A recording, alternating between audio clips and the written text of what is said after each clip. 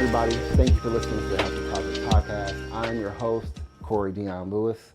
And today I got another great guest, someone I've been wanted to be on this podcast for so long. It's been over a year, 2 years maybe? I met you before my first conference. Yes. Or after? I think it was during your first conference. Yeah. And just your passion for the future. That's what I would say. Yeah, and youth. And the youth. Yeah. Together. And for the youth to understand what's going to happen in the future and be prepared for the future. And how do we help them? Yes, and how we help them. So today we're going to be talking a whole lot about digital literacy, AI literacy, and the differences. And so I really want to have that conversation, especially, and I want to get into the economic mobility piece of that too, especially for our youth. But before we get into all that,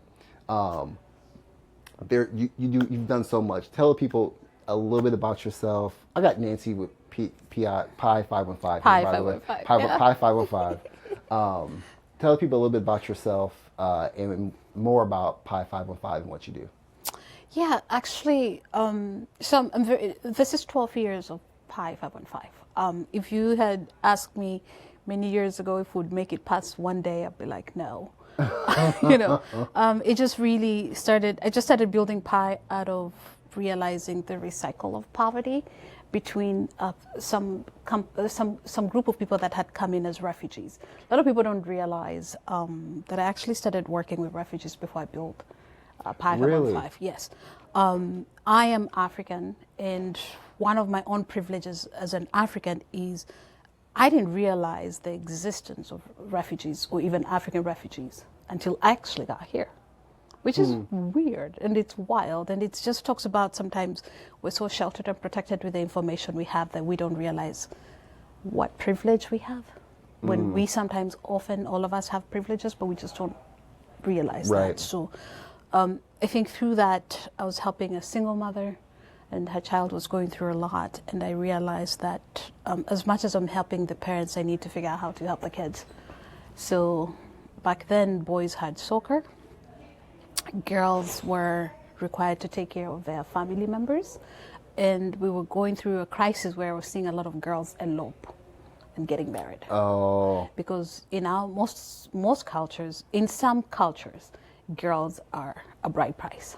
And I was like, no, we can't. We need your girls educated. Right. When you educate also a woman, you educate the family, right? So it's through that I just started bringing a group of girls together. We started with the dance. And I was like, you know what? I went to school for tech. I am a tech dropout. And I was like, maybe I should bring it back, but fill the gaps.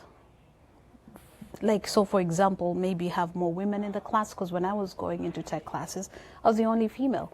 I was the youngest in the class, so you would feel a type of way. Right. And back then, Cory, many years, I don't even know if you were born then, I'm just kidding. many years ago, tech used to feel like, oh, women are just going to do customer service and data entry, and I did not want that. So when I decided to bring tech back, I wanted to really show that you could build something and you could have your own startup. So anyways, that's how really Pi evolved. Started just from wanting to solve a problem, and it's been interesting because through the journey, what keeps me staying in the work is the successes of the kids, and seeing them go to college and seeing them pitch big competition, or even just seeing, them just spark. Right. And realize, oh my God, engineering could be for me. Right. I didn't know that. Clicks. Right? Or tech could be for me. Hey, medicine could be for me. So we really create a community where we're not asking you to be a genius. We're saying we're in it with you. How do we support you as you try to figure out what you want to do? But we use technology as a tool. Yeah. And it's a great access point for someone to understand what is possible. Yes. Like, I'm not in the schools, and I don't want to make a whole lot of assumptions. Yes. But from my experience with being a black boy who went to public school, you were never told, hey, math can lead to this profession. Technology can lead to this. It was never, those were never the conversations.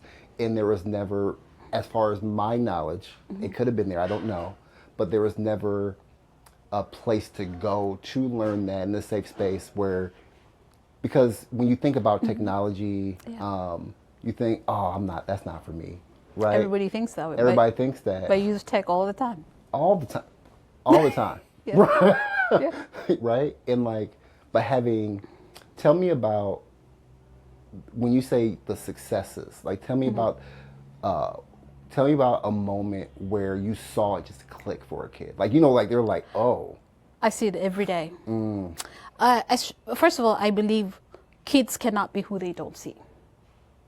Kids cannot be who the adults see. Who they don't see. Who they don't see. Okay. So it's easy for me to say, oh my God, it's easy for kids to say, we want to do sports. I can be like LeBron or Magic, right?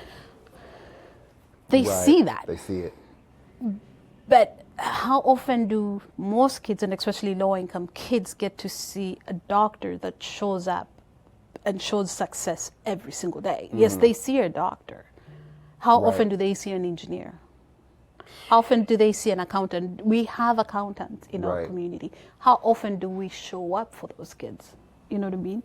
So when we are building a program for us, I'm very intentional to have mentorship. And it's a system of peer mentorship. So when I see it just click, it could be just like, oh, I saw that person. And I want to be that. I'll tell you a story. Many years ago, there's this one girl called Jessica. She went to, first in her family, to even get any type form of education, okay, at all. And she's not the eldest child. I remember taking her to an event with John Deere ISG many years ago, even before I had a partnership with John Deere. And they had those whiteboards. I have a picture of her just standing and staring at it. And I'm like, what's going on, Jessica? She said, this is fascinating. She wanted to do graphic design. And I think she was fascinated by a digital board that you could have different colors. Oh, right. And today she's graduated from Iowa State. She works at a local company. She still stays in the city. But I'll never forget that picture. I still have it till today. And I'm like asking her, what's in your head? And she's like, this is fascinating. Wow. So you don't know what can inspire a kid, but it's creating those opportunities for all those kids to be in spaces that they could be inspired. Because inspiration comes in different forms and different colors. Right. Even for a black kid, I'm not saying that they will be inspired just by black people. No. They need to know that they belong, that they can belong, 100%. that they need to see it. Yeah. 100%. Yeah. Knowing that you belong in the space. Yes. Is so important. So important. So important. Yeah. And you touched on something when you're talking about that girl who's probably a woman now. Like, she is. Right? I think she's 24, 23. But that young lady who saw this new way of doing graphic design, right? Like she's like, wow. Yeah. And we're in a time where technology went from the Stone Ages to like AI and so much. It's changed so much. Really quickly. You're in it every day. Changes every day. Right. Like it changes every day. And so that is why, digital literacy is so important. Can you talk about digital literacy and why it is so important for the youth? So we have two things. We were dealing with digital literacy, now we're adding AI literacy. Those are two different things. So when I think about digital literacy, I think about like basic skills, like do you even know how to upload a document? A lot of kids don't even know how to upload a document into an email. Did you know this? Some kids don't know that. When I think about digital literacy, I think about keyboarding. Are those skills that are going to stay or go? I also think about basic email etiquette. So, for example, if I'm sending an email, you and I know if we're sending it to multiple people, maybe use BCC. Right. A lot of kids don't even know, but even some adults don't know what BCC is. A lot of young people leaving college right now don't even know those. So we still have a lot of work to do in terms of just digital literacy. And I sometimes always tell people we have to remember digital literacy is so different than AI literacy. AI literacy, when we're talking about AI literacy, we're talking about, do you even understand the background? What is a tool? Do you understand the ethics and the bias and the governance and how you use it? Because there are so many tools. And a tool can fool you. Can make you feel like you're a genius, but you're not a genius, okay? Make you think everything you say is right. Yes. It can make you feel really, really good, but really you're not asking yourself, what does output? Right. Who is in charge of it and stuff like that? And what do I put into the tool? So in terms of digital literacy, we still are very, very way behind. There's a lot of people who really lack a lot of digital literacy skills. And I think we were trying our best before AI became AI. Even during COVID, everybody was like digital literacy, but I feel like we still have so many people left behind 100%. on the digital literacy. And, you know, let me know what you think about this opinion of mine, but I feel like in so many of our communities, the fact that we don't really understand digital literacy or AI, Yes. it And the difference. and the difference that like a lot of people either they don't try to understand it because it's too much, and like I feel like that's a slippery slope because it's moving so fast. Is there a chance that like you may be too far behind and can't catch up to what's coming? I feel that, especially on the AI front, it's moving way too fast. And here's what I'm going to say. I think we're also doing so many things so wrong. A lot of us are doing a lot of sloppy AI work right now. Even when you go to like a LinkedIn, everybody's posting things and you feel like, oh, because somebody says AI, that they're an expert. No, they're not. I was looking at some data the other day that showed that schools that are adapting AI, they abandon using that tool within 3 months. Really? Okay.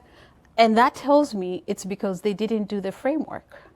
You gotta come up with everybody should come up with an AI framework. Like, how are we gonna use it as a company? What is the need? And what does that tool solve that particular need? You set the boundaries for the tool. You need to be able to set boundaries of what you need and what the tool can do. So just getting a tool just because, oh my God, it feels great, might not be the right tool for you, because every single AI tool out there does something different. You know, like everybody's so used to ChatGPT. ChatGPT can take you from here to Mount Kilimanjaro, you know what I mean? If you're not careful, you'll be prompting and then it says, do you need more? You're like, oh my God, yes, I need more. No, sometimes you don't need more, right? But then you have tools like Perplexity. You could give it, you know what I mean? Yep. It's more, refined. So it's really important that, first of all, when we're talking about literacy and understanding AI, realizing tools are tools. They needs to be a human accountability and a human process. Yeah. So you cannot just go to Chat and say, hey, Chat GPT, write me a letter and invite 10 people to my party. That is poor work.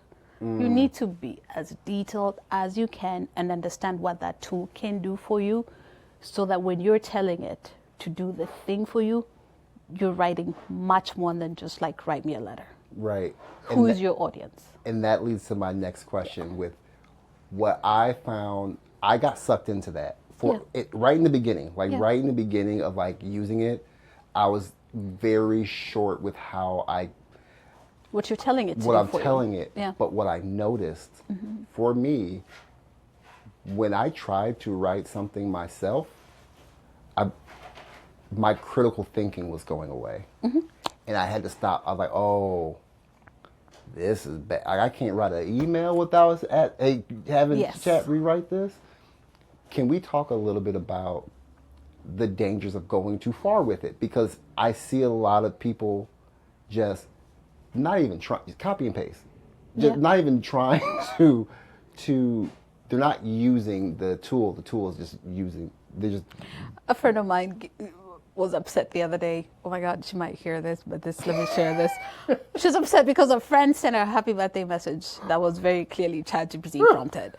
And she's like, how can you do that? Can't you just send me, you'd rather than just send a happy birthday, I'm thinking about you. You know what I mean? Yeah. But it was clearly ChatGPT prompted. And I'm like, oh, I use AI tools quite a bit. Mm-hmm. In fact, I used to call ChatGPT Uncle Chat like 4 or 5 years ago, because we were using chat before even the public was using chat. And it was just because out of curiosity, and I was teaching my kids how to even build like deep fakes. Oh, right. Good deep fakes.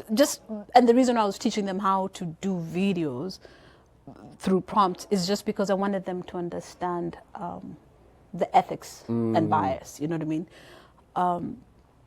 So if you're not careful, like me, you can go far. But I don't know if you'll appreciate this. We were applying for a grant, and one of the ladies I work with, she's called Maddie. She's in charge of our business side, and she's like, "I'm going to ask you a question, and I'm going to ask you not to use ChatGPT to respond." I was like, "Oh, you know me too well, you know." So it's very easy to be caught up into that, because it makes your work so easy. Right. But you have to also realize when you shouldn't be using ChatGPT. Right. To do everything for you. Oh man. Man. It could. You could forget in a minute. All the time. Me too. Trust me. Yeah. I want to go a little bit deeper on not just the use of the tools, but what do these tools mean for the youth and economic growth, like the good and the bad of it. Like what does that look like for those kids that are in your program? Like what are you telling them about the future of work? Like what does that look like? I think when you're thinking about how future work and the skills that I think kids need to succeed would be skills and things that we grew up with, depending on your age, okay? Like showing up to work, learning how to communicate, being adaptable, using your voice, using your mind, you're right. Understanding when you're losing control to the tool, so that you can be self-aware. Like you have to remind yourself, like, oh my God, I'm losing. I'm giving too much of my power away to a tool. You know what I mean? So I think we have to go back to realizing that I tell parents, your child working at a Hy-Vee, it's actually after school greatest experience. Any place that kids can work, because it teaches them accountability, showing up, talking to people, and communicating to people. So those skills are going to be so critical, and what's going to make it, and it's going to differentiate. Because when you're going to apply for work, people will want humans, people who could be critical about details. Because now, for example, you prompt, let's say you're building, you do vibe coding, okay? And you don't understand basic code. When the code doesn't work, how are you going to fix it? Are you just going to spend all day telling AI, find the error, and then it creates another error, and then you're like, but I don't get this error, you know what I mean? Because AI can take you around and around. So it's important that those basic skills are being still taught to children. And then AI tool just complements rather than completely take away. In terms of risks, I worry that right now we are still in between in terms of regulations, what is regulated. But there's also so much risks in terms of privacy and things like fake videos. I'll not lie to you, when the first day when Sora came out, I was had access, like one of early access. I was concerned. You know Sora AI?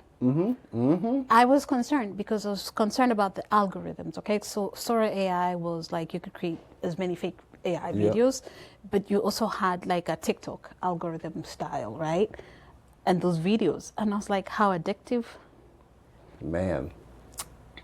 the videos that you could make, you know? So I'm kind of happy that Yeah, that's not gone even down for a minute. addictive. There was a time. There's a generation of social media users that the misinformation from some of those, they thought they were real. Yeah, a lot. Some, and I created some that looked very real.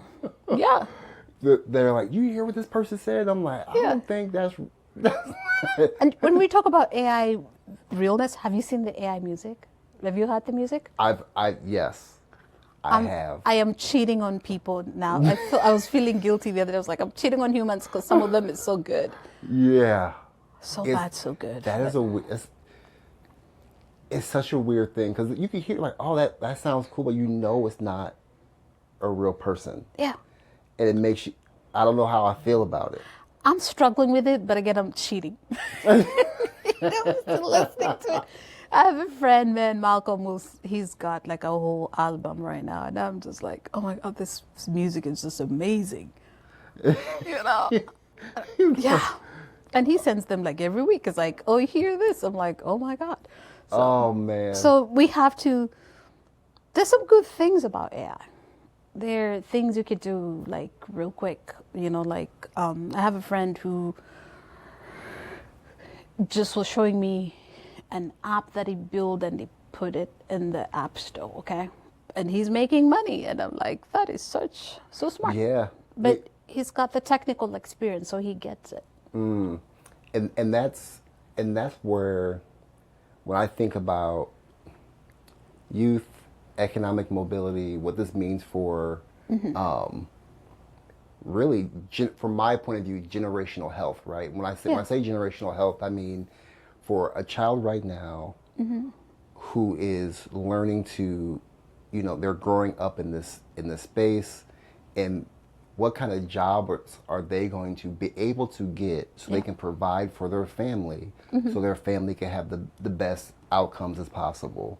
So like, what does that look like for some of our youth in some of our lower income areas that maybe don't have the same access As other kids. as other kids? Like, what does that look like, and how do we change that? Like, I think parents have to be selfish enough and say, okay, how does screen time look like for my kid? If my kid is scrolling 24/7 on TikTok, that is a problem.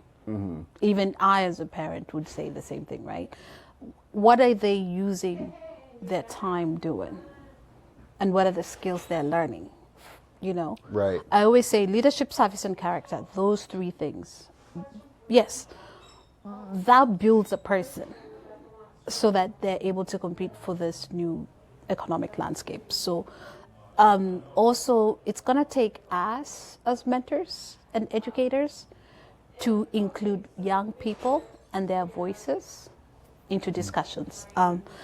We often talk down on young people.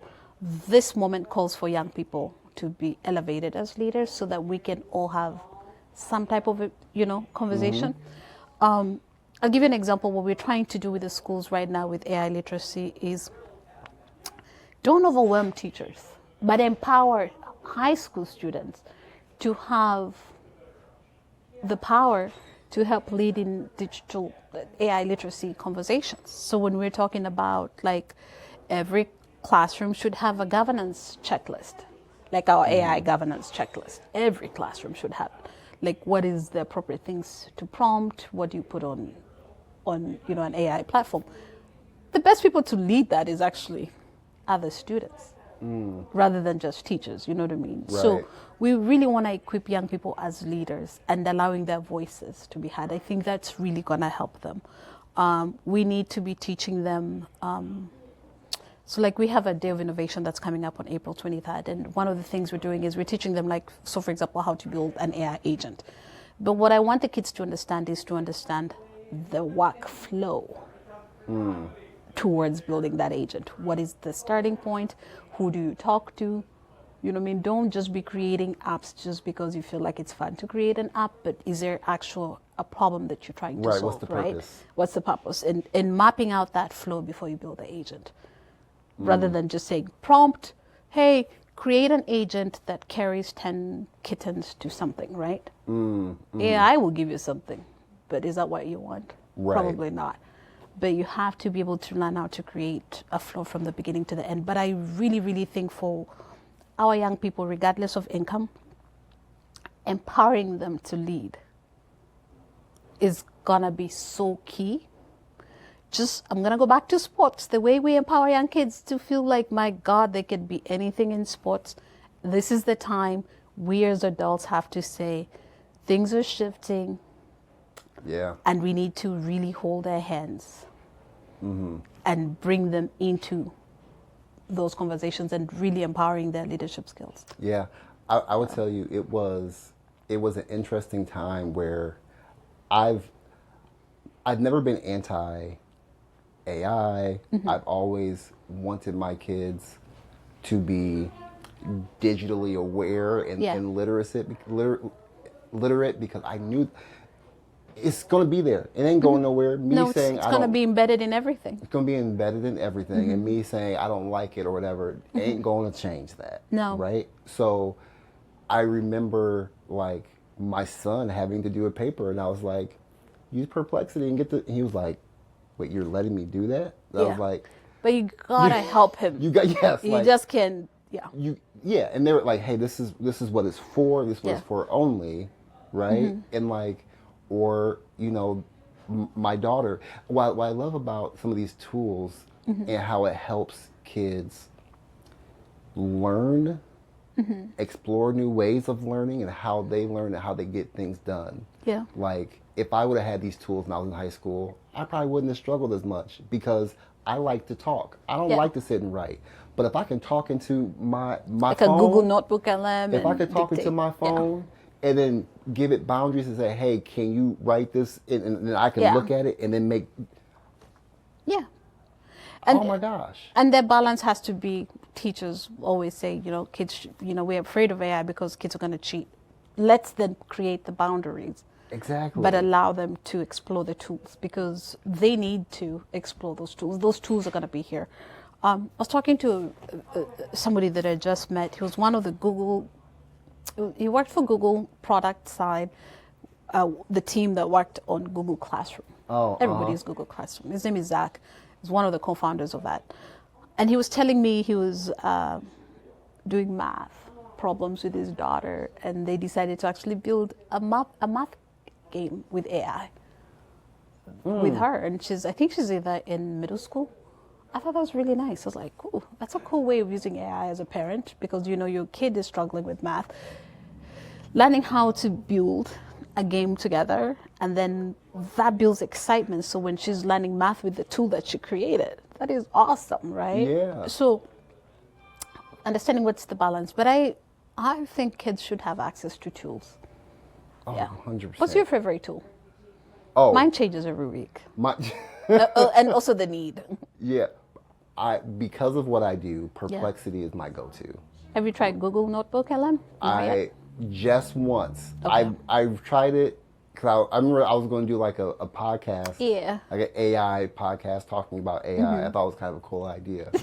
But like with Perplexity, because of the kind of content that I do, I want to make sure I have the evidence-based information. Yeah, they're good for research and that. It's good for research. It's good, and it just helps. Like, I know what I'm saying. It's well polished. It's well polished. Yeah. It wasn't made up by something. Because that's happened to me before. With what? With Uncle Chat? Yes. Uncle Chat's good for ideation, okay? The beginning. It had said something, and I said, where did you find that at? And it said, oh, I'm sorry. I think I'm like, oh, and I'm if like, I didn't know any better, I You could have asked copy it. pasted, put that up. Yeah. And who knows what would have happened. Yeah. You know what I'm saying?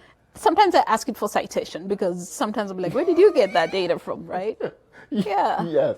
I know. Thank you for trying to help me make my point. Yeah. But I want to make sure I don't make up something. Yes. which AI can. Yes. I was using Google Notebook LM, and they have the slide deck that created some amazing slides. But man, they had so much error. But now they've added a new tool where you can, revise your decks, which is good. So now I found another AI tool for decks. That is, that is what I find fascinating and like overwhelming at the same time. Yeah. Is that there are tools coming out constantly. Constantly. And lots of improvements. Yes. Doing amazing things. Yeah. Right? And like, I can see going back to like a parent's perspective or even a child. Yeah. Or the youth that's just trying to figure out, okay, what does all this mean? Like, how do you engage them with these tools, knowing that, hey, these 15 tools that we're learning, there's going to be 15 more tomorrow. Yeah. That are good at a particular thing too. Yes. And they're very expensive. Yes. Because you can imagine by the time you want good quality product, you have to pay for it. So which tool are you going to pay for? And how many are you going to pay for? Right. Because all of them are great. They all do, like you said, they all do different things. Yeah, like Google Nano Banana is amazing. I love Midjourney. I'm all over the place. Some are so good. Yes. And as someone myself who's building a media company, solo dolo. You need help. And that's why I love a lot of the tools that I use. It helps me with my podcast. It does everything. Have you done the videos yet? There are some great videos out there. I haven't done the videos yet. I haven't gotten there yet. Not yet. Because at the beginning, the videos look kind of crazy. Oh yeah, because sometimes you do a video, you got 5 hands. Yo. We tried doing that last year. It was like, but. Yeah. So like, building a media company with these tools, this is what else I love about, I appreciate about where we're at and how we can use these tools for good, because there's a lot of bad out there too, but you can use them for good, especially for kids who have difficult backgrounds. Is that like, what do you want to create? And before, like back at like 2017, when I was like trying to be this solo entrepreneur, it was hard. You couldn't do it solo. Yeah. You can do it solo now. Now you can, because you can create agents that do different things for you. Yes, and you can build. Yeah. You can build your own wealth. You can actually make some. You can make money, or actually learn and then come build for others. 100%. I would pay someone to do something for me, especially if it's a youth. I prefer paying youth, if I can. Right. Yeah. But we have also another thing that I've been saying is like when you're thinking about economic mobility is like small businesses. Yeah. You're asking a small business person to learn a tool. These kids learn faster than adults. They adapt faster to technology than adults. Imagine if we had a coalition of small businesses in Des Moines that just, maybe I should do that. Tell us what their AI needs are. Then just have these kids come in and do some of the work. Like data cleaning. They could do that. You don't have to go pay somebody tons of money, but you could pay this kid $15 to $20 to just come to your space and help you do data cleaning.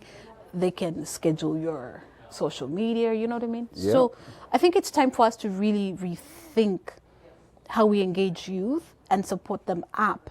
Like I keep saying, leadership, let's trust them. Let's train them and trust them, because they might actually do better than we ourselves. Right. I love that. I want to touch on something too, thinking about the youth, work, doing all of that. We live in a state that, we want to retain great talent. Talent ain't staying here, especially with the skills that you're creating for people with Pi515. What's the solution? How do we keep, with the world changing, how do we keep people here? 'Cause I know that is a concern for a lot of people. A concern for a lot of companies. Yeah.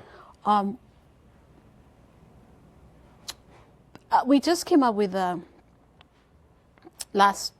I think it was earlier this year, is it late last year, AI white paper, okay? We were talking about the landscape of K to 12 AI in Iowa. And in there we talk about the state has infrastructure, great infrastructure. You know, you're looking at things like the data centers, right?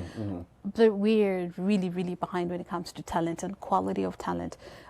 We do have great people, but some of the things, I think we have to also shift mindset a bit. We have to take more risks. We live in a state where risk comes last because number one, we have a lot of insurance companies. What are they good at? They don't take risks. Then we have great ag community, but what again, risk is, we have to take some risks, and we have to start asking ourselves, what are the companies of Des Moines or Iowa? What are the future companies? I'll tell you this. We hold an AI challenge. We've been holding an AI challenge for the last 3 years. Before AI was a thing, we were doing AI challenges. And like for example, one of the solutions we have right now, what we do is we look at the state as a whole and say, what are the challenges we see around our state? One challenge that we had 3 years ago was on Des Moines Public School and chronic absence. The chronic absence was at 53%. For black kids, we were looking at 68%. Ooh. Okay? It was higher than LA United, Chicago, and DC. We were looking at that data and we were like, this is scary. So we put it out there as a challenge. And we had some kids that did an AI mapping for transportation, because transportation is a key thing, especially for DMPS. They don't have a lot of buses. But can you imagine if they worked with the largest transportation company and uses AI that can tell them, by the way, there's need here, rather than going the regular route, but using AI to say, there's more traffic here today than it is there, so that the buses go based on where there's need rather than just your typical route. Right. So one other thing about this year's challenge, we've got amazing solution. One that I love is water, the water quality. So they've come up with an AI solution that for farmers, that they could dictate the levels of, is it nitrates? Yep. In the water. I don't want to go too much into that because they haven't pitched yet. I think like they should sell that solution because it's much needed. So what we've done as an organization is not to teach kids to use tools, but we're saying we have to look at data, look at a challenge, look at data, clean that data, find data, you know what I mean? Ask questions, do research, discovery. Right. And then as you're building a tool or building the product, you've done really, really great research. So when you're creating a solution, it really is a solution that you could market and sell. So I forgot the question, but you'll edit this, right? Yeah. I went to AI challenge. But so when you're talking about talent and talent leaving, my question is, and I keep asking all the leaders, who's going to hire these kids?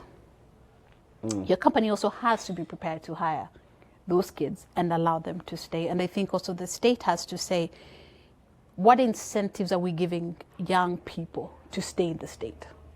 Do they need live music? You got to ask them. Right. You know, anymore, I ask young people, how can I communicate to you?